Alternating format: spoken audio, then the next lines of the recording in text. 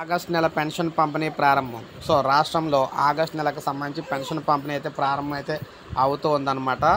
అయితే దీంతో పాటు మరో గుడ్ న్యూస్ ఏంటంటే రూ. 47కే బియ్యము, కందిపప్పు రూ. 150కే ఇవ్వడం అయితే జరుగుతుంది. అంటే బహిరంగ మార్కెట్లో సో బియ్యాన్ని రూ. 47కు అంటే సన్న బియ్యము, అదేవిధంగా కందిపప్పు రూ. 150కి ఇచ్చేందుకు ప్రభుత్వం అయితే తగ్గించి అన్ని షాపులతో మాట్లాడి తక్కువకి అయితే అందిస్తూ ఉందన్నమాట.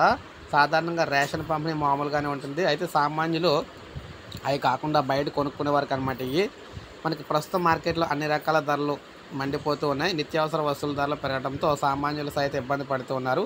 ఈ నేపథ్యంలో రాష్ట్రంలో నూతనంగా ఏర్పడిన ప్రభుత్వం ధరల నియంత్రణ అయితే తగ్గిస్తూ ఉంది. ముఖ్యంగా చూసుకుంటే నిత్యావసర వస్తువుల ధరలైన బియ్యము, కందిపప్పు, స్టీమ్ బియ్యం ధరలను అయితే తగ్గించాలని నిర్ణయించుకుంది.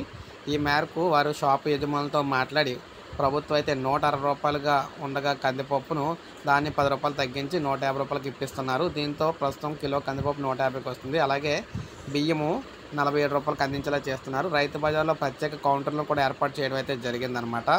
సో అందువల్ల రైతు బజార్లో కొనుక్కునే వారికి ప్రత్యేక కౌంటర్లు అయితే ఉంటాయి. తగ్గించిన ధరలతో ఈ రోజు నుంచి అయితే విక్రయించడం అయితే ప్రారంభిస్తూ ఉన్నారు.